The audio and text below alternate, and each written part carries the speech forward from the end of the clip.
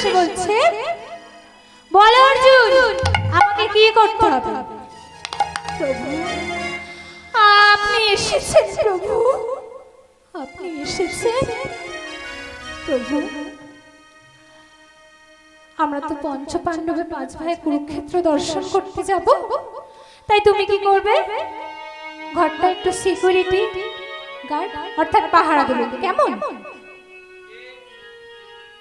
ও এই ব্যাপার, ঠিক আছে ঠিক আছে, তোমরা নিশ্চিন্তে কুরুক্ষেত্র দর্শন করে আসো। এই আমি বসলাম দরজার সামনে। এই বলে ভোলানাথ একটু বেশি করে গাঁজাটা খাচ্ছে আর প্রভুর নাম করছে চোখ বন্ধ করে। কেমন করে প্রভুর নাম করছে গো? হরে মুরারে মুরারে মুরারে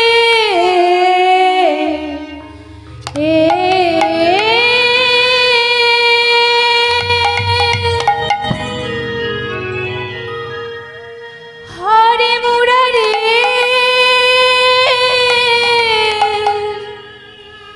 হরে মুরারে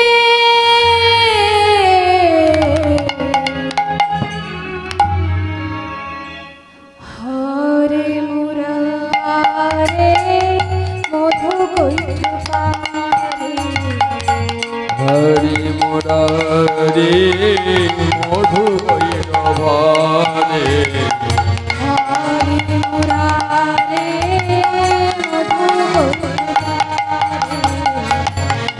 হরি মুরারে মধু কৈতভারে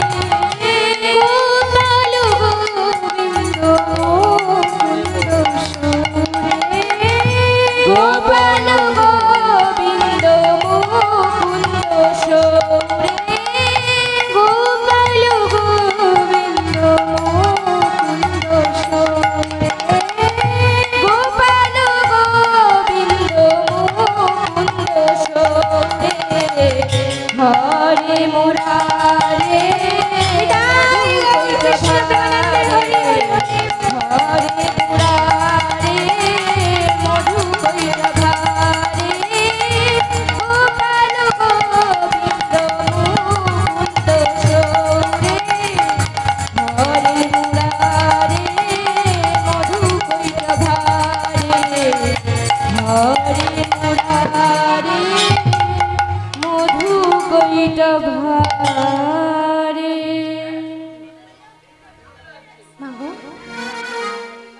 একটু আগের কথা বলি, এই দ্রৌপদী একজন সতী নারী, কিন্তু তার কি করে 5-5টা স্বামী হলো? কোন সতী নারীর কি কখনো 5-5টা স্বামী হতে পারে? কি গো হয় না, কিন্তু এই দ্রৌপদীর কি করে 5-5টা স্বামী হলো? আমি বলছি, আপনারা একটু মনোযোগ দিয়ে শুনুন। এই দ্রৌপদী আগের জন্মে ছিল বেত্রাবতী, তপস্যা করে ব্রহ্মাকে সন্তুষ্ট করলে ব্রহ্মদেব এসে বলল, বল বেত্রাবতী তুই কি বর চাস? ব্রহ্মদেব আপনি এসেছেন, ব্রহ্মদেব আপনি এসেছেন। বর যদি দিতেই হয় তবে আপনি আমাকে এই বর দিন, আমি যেন আপনাকে পতি রূপে পেতে পারি। অসম্ভব দ্রৌপদী। শোন দ্রৌপদী, আমি আমার মানস পুত্র দেবরাজ ইন্দ্রকে তোর কাছে পাঠালাম, তুই ওকে পতি রূপে গ্রহণ কর। না না ব্রহ্মদেব, আমি যে আপনাকে ছাড়া আর কাউকে পতি রূপে মেনে নেব না ব্রহ্মদেব, আমি যে আপনাকে ছাড়া আর কাউকে পতি রূপে মেনে নেব না। তখন ধর্মরাজকে পাঠালেন, বেত্রাবতী তাকেও করল প্রত্যাখ্যান। একে একে পবনদেব, অশ্বিনী, কুমার উদ্যাকে পাঠালেন। বেত্রাবতী যখন প্রত্যেককে অপমান করে তাড়িয়ে দিল, ক্রোধান্বিত হলেন ব্রহ্মা।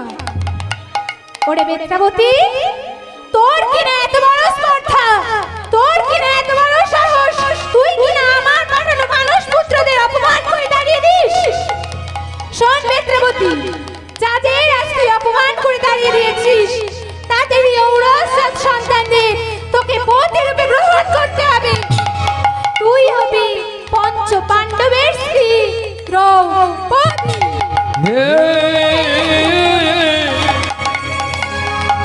ব্রহ্মা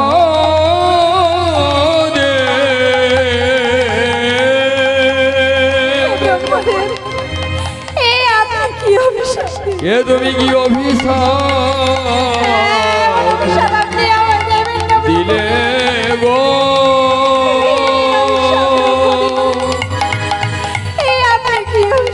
এ তুমি কি অভিশাপ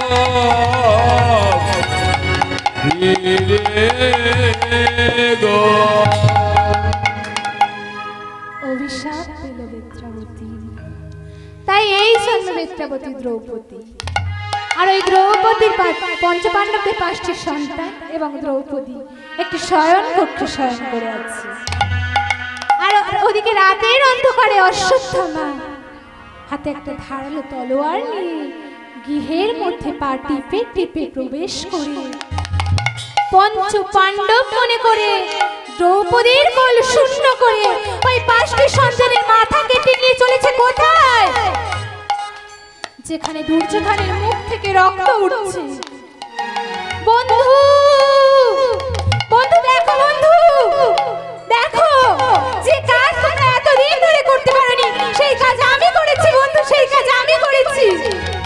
দেখো বন্ধু দেখো, এই নাও পঞ্চপাণ্ডবের মাথা, আমি তোমার পায়ে নিচে ফেলে দিলাম।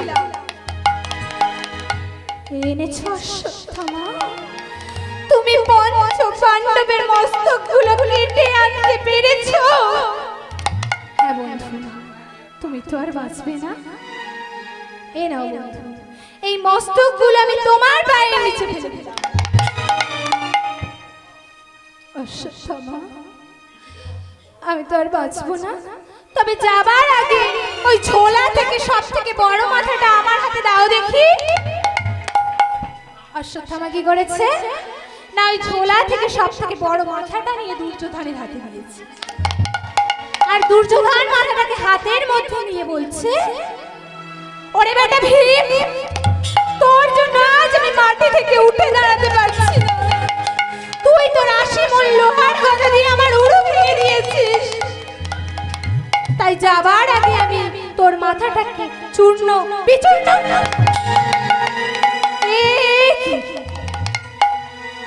এই ভীমের মাথায় যখন আমি লোহার গদা দিয়ে আঘাত করেছিলাম, আমার যেন মনে হয়েছিল আমি লোহায় লোহায় আঘাত করছি। তাহলে এত সহজে মাথাটা গুঁড়ো হয়ে যায় কি করে? না না অশ্বত্থামা না, এই ভীমের মাথা কিছুতেই নয়, এই ভীমের মাথা নয়। তুমি ওই ছোড়া থেকে আরেকটা বড় মাথা আমার হাতে দাও দেখি। অশ্বত্থামা কি করেছে, ওই ছোলা থেকে আরেকটা বড় মাথা নিয়ে দুর্যোধনের হাতে দিয়েছে। দুর্যোধন ঠিক একই রকম ভাবে যেই না সামান্য একটু চাপ দিয়েছে, সঙ্গে সঙ্গে মাথাটা চূর্ণ বিচূর্ণ হয়ে গেছে। অশ্বত্থামা, অশ্বত্থামা রে, অশ্বত্থামা, ভীমের মাথা নয় অশ্বত্থামা, এ তুই কি করলি? পঞ্চপাণ্ডবদের হত্যা করতে পারোনি অশ্বত্থামা। তুমি পঞ্চপাণ্ডবদের হত্যা করতে পারোনি। এ তুমি কি করলে অশ্বত্থামা? এ তুমি কি করলে? তুমি যে পুরো পাণ্ডব বংশটা ধ্বংস করে দিলে অশ্বত্থামা। তুমি এ কি করলে অশ্বত্থামা? তুমি এ কি করলে? এদিকে দুর্যোধন বুকে হাত চাপড়াতে চাপড়াতে সেখানেই শেষ নিঃশ্বাস ত্যাগ করলো। আর ওদিকে অশ্বত্থামা রাগে, লজ্জায়, ঘৃণায় ও প্রচন্ড পাপের ফলে এই পৃথিবীর বুকে বিরাজ করলো। সে আজও এই পৃথিবীর বুকে বিরাজ করছে প্রচন্ড রাগী হয়ে। আর আমরা বাবারা মায়েরা যখন তেল মাখবো তখন কি করবো গো? অশ্বত্থামার নাম করে 3 ফোঁটা তেল মাটিতে ফেলে তবেই তেল মাখবো। কি বলবো?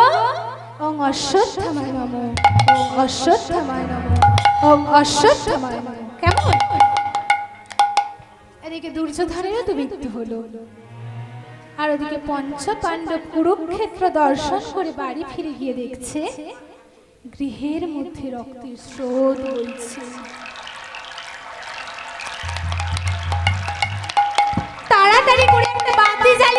দেখছি, এ কি দেখছি আমরা? দ্রৌপদীর কোলের কাছে আমাদের 5টি সন্তান মস্তকবিহীন অবস্থায় পড়ে আছে। এ কি সর্বনাশ হলো আমাদের! এ কি সর্বনাশ হলো! ওরে বাবা, একবার আমাকে বাবা বলে না। এ তোদের কি হলো? একবার বাবা বলে ডাক আমাদের, আমরা কি নিয়ে বাঁচবো? একবার তোরা আমাদের বাবা বলে ডাক। এদিকে অর্জুন বলছে, ভোলানাথ, তুমি তো ছিলে দরজার সামনে বসে, তাহলে আমাদের এত বড় সর্বনাশ হলো কি করে? বলো ভোলানাথ, আমাদের এত বড় সর্বনাশ হলো কি করে? এদিকে ভোলানাথ তো মাথা নিচু করে নিয়েছে। অর্জুন, আমার ভুল হয়েছে, তাই তোমরা আমাকে যা শাস্তি দেবে আমি মাথা পেতে নেব, কিন্তু তার আগে এই ত্রিশূল আমি ছুঁড়ে দিলাম। ওরে দুর্যোধন, তোর জন্য আমার পঞ্চ পাণ্ডবদের সন্তান হারা হতে হয়েছে, তাই এই ত্রিশূল আমি ছুঁড়ে দিলাম। এই ত্রিশূলের আঘাতে তোর সবচেয়ে যে প্রিয়জন তার মৃত্যু হবে, মৃত্যু হবে, মৃত্যু হবে। এদিকে ত্রিশূলটা তো আগুনের গোলার মতো ছুটে চলেছে, আর ওদিকে ভগবান গোবিন্দ বলছে, ভোলানাথ, তোমার কি কোনোদিন কোনো কাণ্ডজ্ঞান হবে না? একে তো নিজে দোষ করেছো, আবার অন্যজনের উপর ত্রিশূল ছড়া হচ্ছে। তুমি তো ছিলে দরজার সামনে বসে, তাহলে আমাদের পঞ্চ পাণ্ডবদের এত বড় সর্বনাশ হলো কি করে? প্রভু, আর বলবেন না, একটু বেশি করে গাঁজা খেয়ে ফেলেছিলাম তো। তোমার লজ্জা করে না ভোলানাথ? তোমার লজ্জা করে না? তাড়াতাড়ি ত্রিশূলটা ফিরিয়ে নাও বলছি। কেন প্রভু? শোনো ভোলানাথ, তুমি যাকে হত্যা করতে চলেছো তার মৃত্যু হলে কোনো দুঃখ ছিল না, কিন্তু তার গর্ভে আছে পঞ্চম মাসের সন্তান। কে তিনি? তিনি আর কেউ নয়, তিনি হলেন দুর্যোধনের কন্যা লক্ষণা। তাহলে বোঝা গেল দুর্যোধনের সবচেয়ে প্রিয়জনকে? দুর্যোধনের সবচেয়ে প্রিয়জন ছিলেন ওনার কন্যা লক্ষণা। এদিকে ভোলানাথ কি করেছে না, সঙ্গে সঙ্গে ত্রিশূলটা ফিরিয়ে নিয়েছে। আর এই লক্ষণাকে কার সঙ্গে বিবাহ দেওয়া হয়েছিল গো?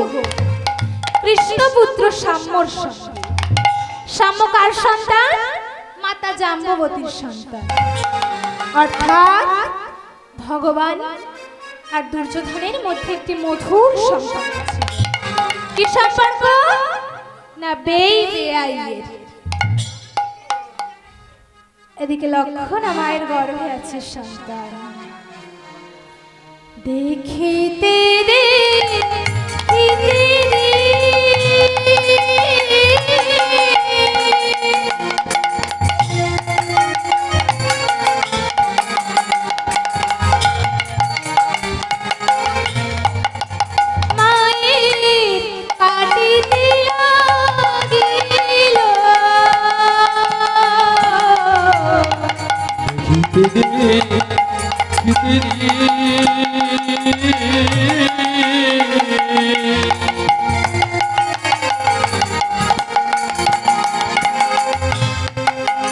দিন কেটে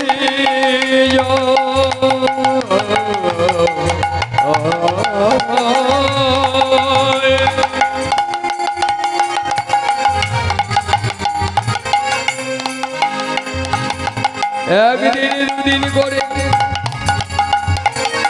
10 মাস 10 দিন মায়ের কেটে যায়।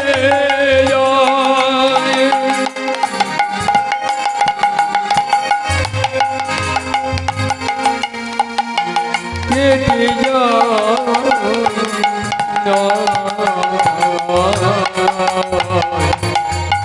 দেখিতে রে খিতে রে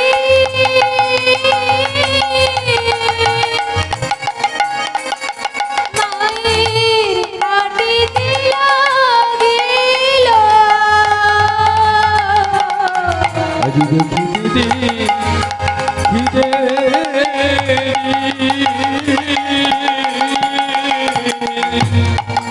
মায়ে কাটিতে লাগিল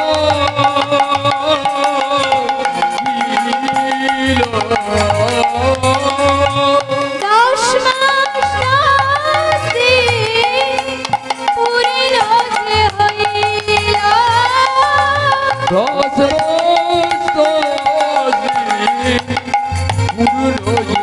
10 হইল 10 মাস 10 দিন পূর্ণ যে হইল আজি 10 মাস 10 পূর্ণ যে হইল জন্মনির পুত্র সন্তান জন্মনির পুত্র সন্তান জন্মনির পুত্র সন্তান জন্মনির মায়ের নিরানন্দ দূরে গেল নিরানন্দ দূরে গেল উড়ে গেল পুত্র সন্তান জন্মনির হরি হরি হরি বলে পুত্র সন্তান জন্মনির হরি কৃষ্ণ কৃষ্ণ কৃষ্ণ বলে পুত্র সন্তান জন্ম নিল এবারে হরি হরি হরি বলে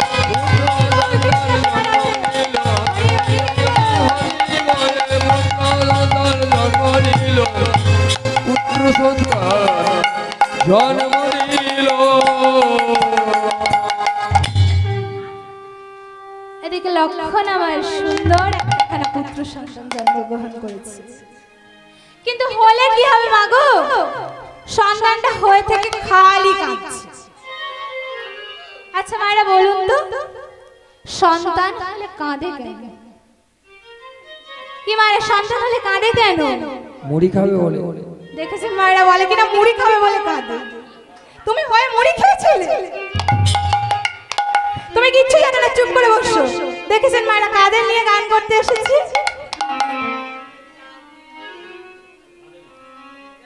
সন্তান হলে কাঁদে কেন গো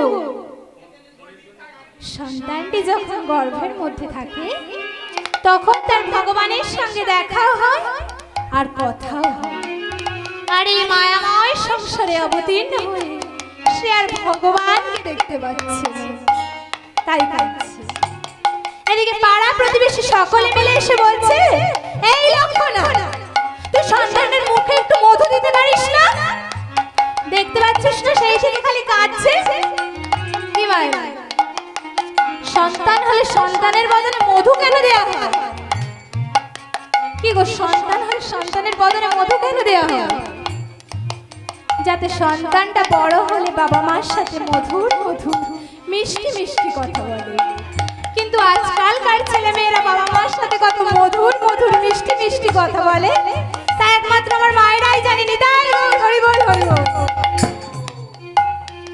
এদিকে লক্ষণ আমার বলছে তোমরা জানো না এই সন্তানের বদনে আমি মধু দেব না আমি এই সন্তানের কানে মধু দেব সে কি গো সবে মাত্র সন্তানটা হয়েছে বলে কিনা কানে মধু দেবে কানে মধু দিলে তো যন্ত্রণা হবে আরো কাঁদবে তোমরা জানো না এই সন্তানের কানে আমি এমন মধু দেব এই বলে লক্ষণা মা আমার সন্তানটাকে কোলে নিয়ে বলছে এত বলে শোনাইলো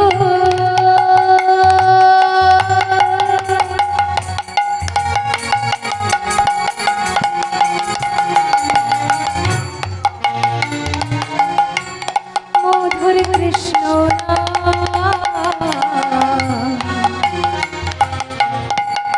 এত বলি শুনাইল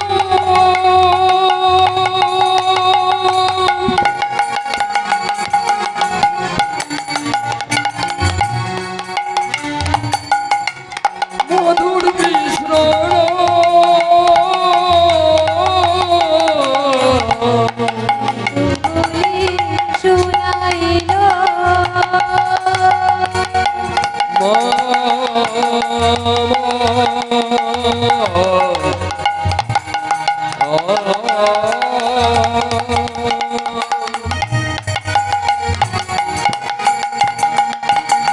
এই সন্তানের মায়ার আলো চোখে দেখার আগে এই মায়ার কথা শোনার আগে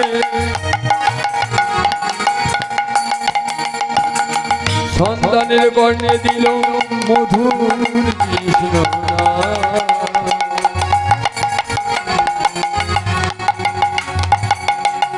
সুধমুখ হরি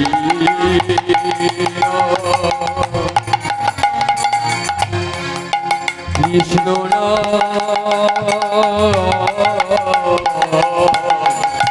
হরি বলি শুনাইল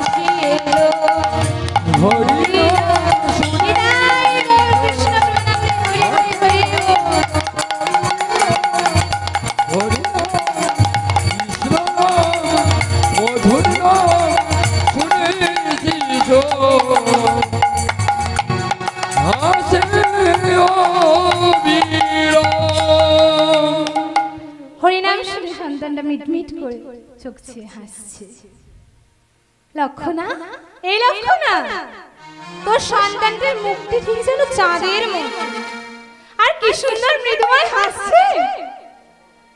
লক্ষণা, আজ থেকে আমরা তোর সন্তানের একটি নাম রাখলাম রে।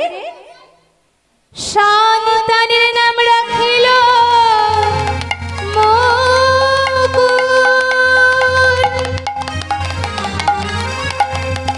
আসতে মামার আদর করি সন্তানের নাম রাখিল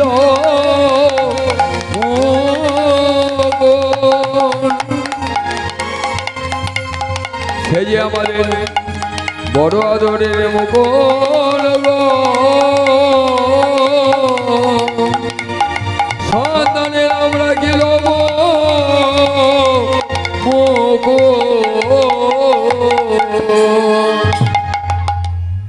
এদিকে লক্ষণা মা আমার ছোট্ট সন্তানটিকে কোলে নিয়ে আদর করে ঘুম পাড়াচ্ছে। কেমন করে ঘুম পাড়াচ্ছে গো? খোকা ঘুমালো, পাড়া জুড়ালো,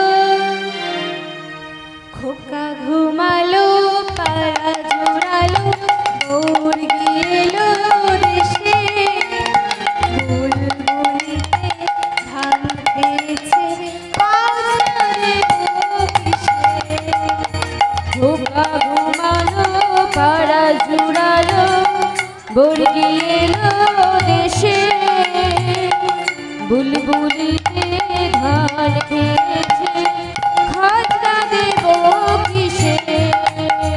খোকা ঘুমালো, পাড়া জুড়ালো, দৌড় গেলো দেশে, বুলবুলিতে ধান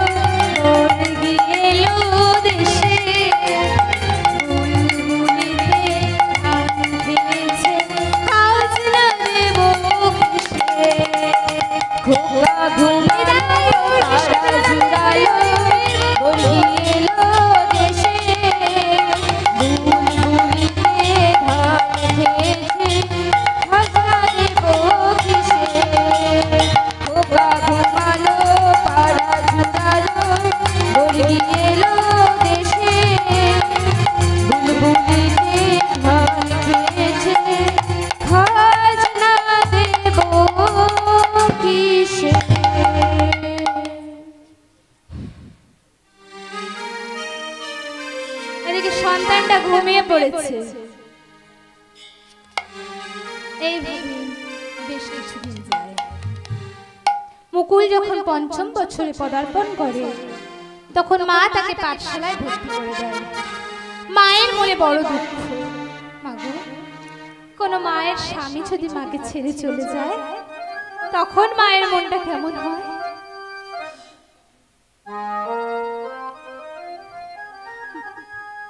বাজারে 2 টাকা দিয়ে সিঁদুর কিনতে পাওয়া যায়, কিন্তু সেই সিঁদুর যখন কোনো মায়ের সিঁথিতে ওঠে তখন যে তার মূল্য অনেকখানি হয়ে যায়। মাগো, তখন যে তার মূল্য অনেকখানি হয়ে যায়। মায়ের মনে বড় দুঃখ, তবু সব দুঃখ ভুলে ছোট্ট মুকুলকে মানুষ করবে। মায়ের মনে কত আশা, স্বামী কৃষ্ণ পুত্র স্বামী। এই অহংকারে সর্বদা করত মদ্যপান, সর্বদা করত মুনি ঋষিদের উপর অত্যাচার। এই দুর্ব্যবহারের জন্য ভগবান শ্রীকৃষ্ণ তার পুত্র সাম্যকে ত্যায্য পুত্র করে দিলেন। এদিকে মুকুল যখন পঞ্চম বছর বয়সে এসেছে, মা তাকে পাঠশালায় ভর্তি করে দিয়েছে। পাঠশালায় গুরু মশাই বলছে, বলতো বাবা মুকুল, হয়ে কৃষ্ণ। এ আবার কি বলে? একে ও বলতে বললে বলে কিনা কৃষ্ণ? হয় না, হয় না, বলা হয়ে কৃষ্ণ। হচ্ছে না, হচ্ছে না, বল হর্ষই হসয় কৃষ্ণ। হচ্ছে না, হচ্ছে না, মোটেই হচ্ছে না, বল দীর্ঘই দীর্ঘয়ে কৃষ্ণ। এ ছেলের লেখাপড়া মোটেই হয় না। একে ও বললে বলতে বললে বলে কিনা কৃষ্ণ। শোন বাবা মুকুল, তোকে আমি একটা ছড়ার বই শেখাই। এই ছড়ার বই পড়লে তোর খুব তাড়াতাড়ি পড়া মুখস্থ হয়ে যাবে। ওই অজগর আসছে তেরে, আয়ে আমটি খাবো পেরে। ওই অজগর আসছে তেরে, আয়ে আমটি খাবো পেরে। আয়ে অজগর আসছে তেরে, আয়ে আমটি খাবো পেরে। ওই অজগর আসছে তেরে, আয়ে আমটি খাবো পেরে।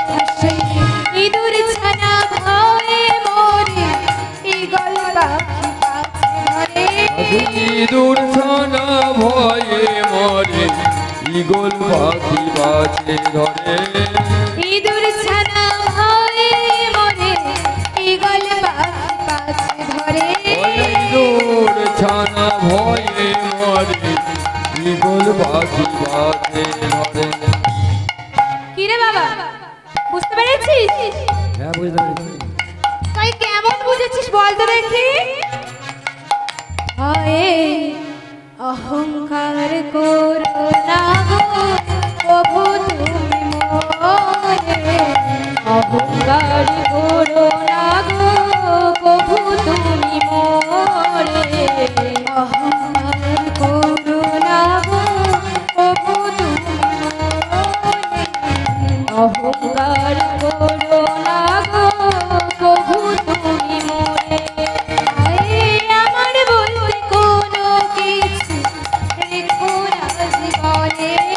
আই আমার বলতে কোনো কিছু রেখো না জীবনে আয় আমার বলতে কোনো কিছু রেখো না জীবনে আমার বলতে কোনো কিছু রেখো না জীবনে হাসিয়ে ইহা তুমি মনে রেখো শুধু তুমি মনে ইহা তুমি মনে রেখো শুধু তুমি মনে ইহা তুমি মনে রেখো শুধু তুমি মনে ইহা তুমি মনে রেখো শুধু তুমি মনে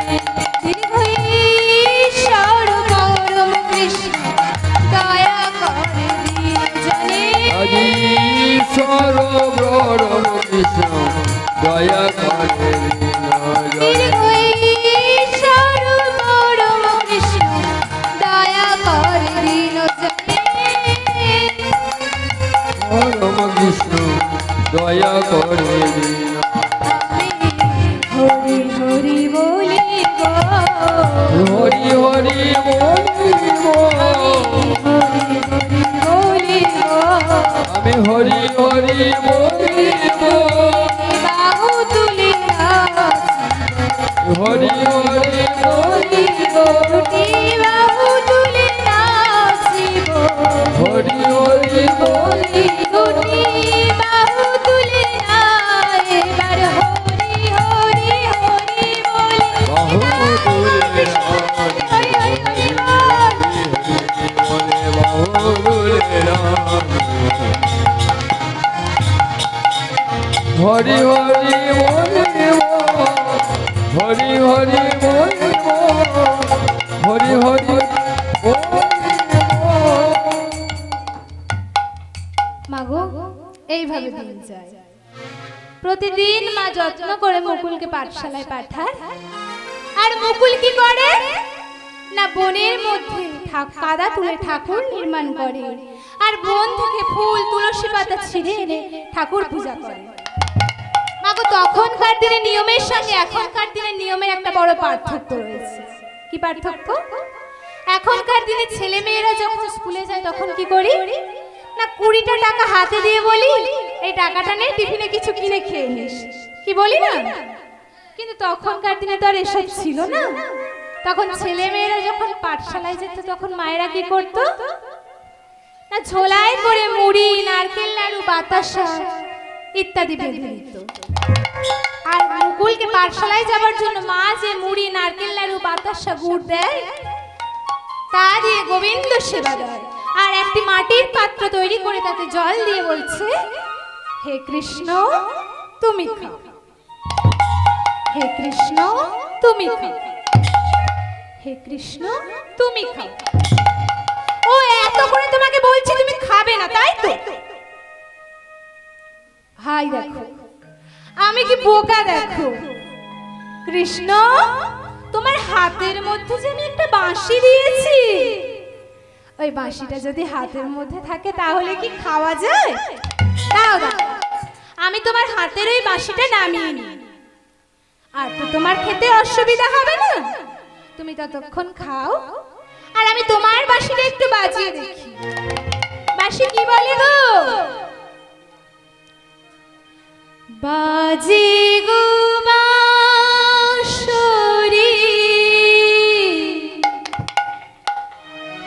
বাজে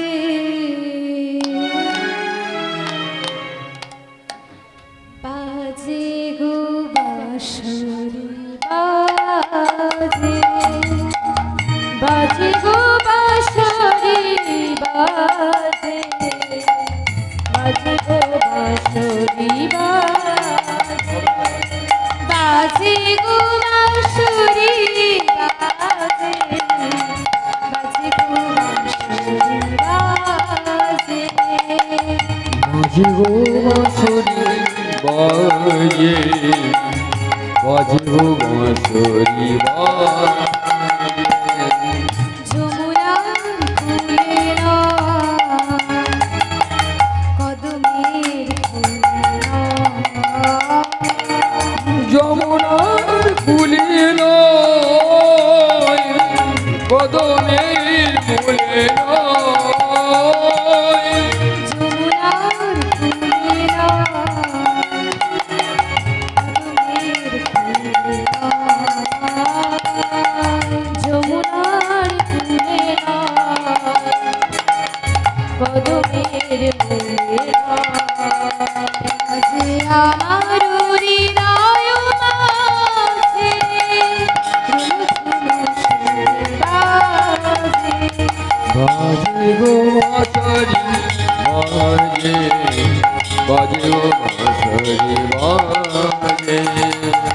বাজে গো বাঁশরি বাজে বাজে গো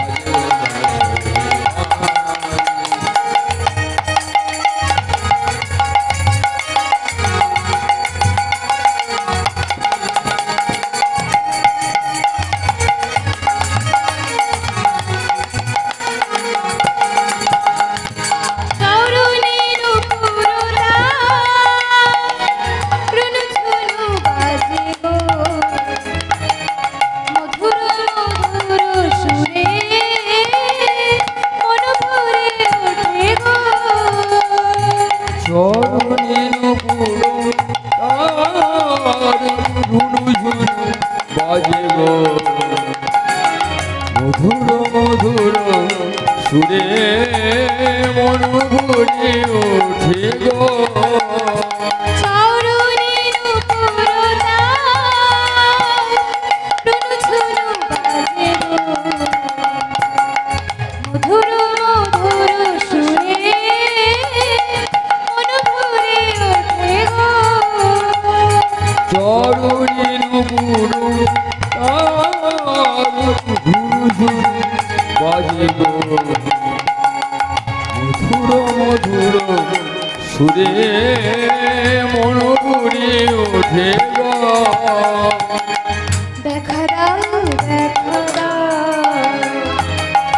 মুরলী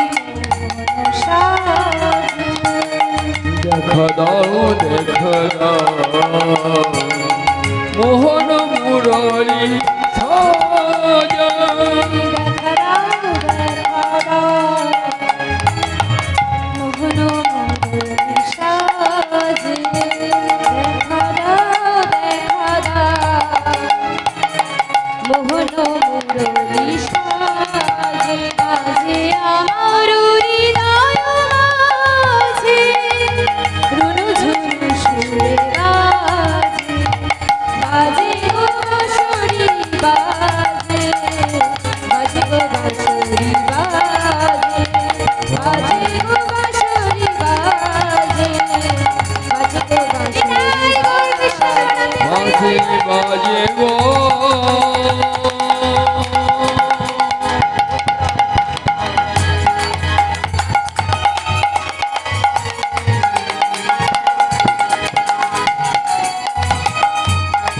বাঁশি বাজে গো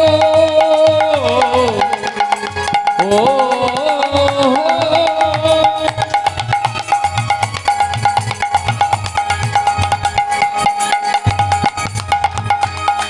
মধুর মধুর সুরে বাঁশি বাজে গো